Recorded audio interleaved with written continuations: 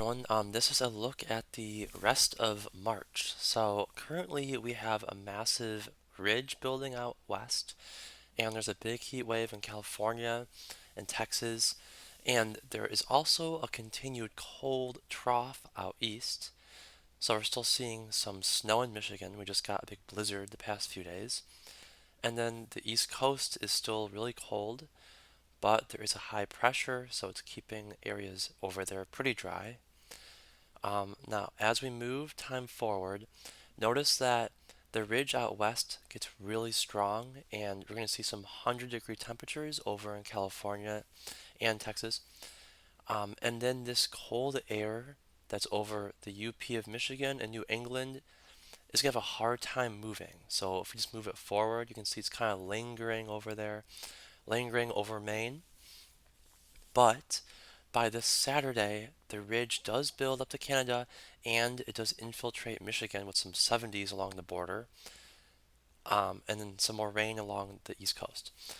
So this week, basically, it's going to be warm out west and then a little cool in New England. Now, next week, we're going to notice that ridge will slowly start to flatten, some colder air across the north, and then um, another system moving through the Great Lakes and New England. Now notice that the cold air this time doesn't go as far south. So this big ridge that was out west is going to still try to push the cold air up north. And then it's going to continue to strengthen, move through New England, and, and then it's going to be kind of the same pattern as we've been seeing all winter, where it's warm out west, cold out east. So some more days in the 30s and 40s. This is Tuesday. And then as we move on, the continued cold New England and a big ridge in the center of the country, some cold air trying to move to the northwest this Thursday. And then that cold air does move through the country, brings it with some more snow to Michigan next Friday. And then that cold air will dip across the country, probably 20s and 30s again. Lots of snow in New England, possibly. And then continued warm weather out west and Texas and Florida. So the same pattern as the entire winter continuing through March 28th. This is Saturday, March 28th.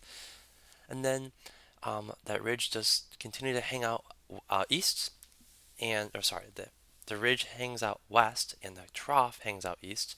Similar pattern as we've been seeing all winter. And as we move into early April, you can see it's just going to be a really dynamic, cold, warm, up and down pattern across the country. Um, with again that cold air hanging on across New England. So basically, the theme is going to be relatively warm out west and down south, cold across New England, and then the Great Lakes are kind of in that middle ground. So it's going to be kind of warm and cold periods, with quite a few storm systems, especially the Great Lakes in New England and then the Northwest. And then the center of the country and out west in the south should be relatively dry, but again, you can see there's a couple storm systems trying to develop as we get into April. So this is April 3rd, pretty far away at this point. But yep, that's the current pattern. So a continuation of what we've been seeing this past winter. So stay tuned for any further updates as we get closer to the start of spring in 3 days.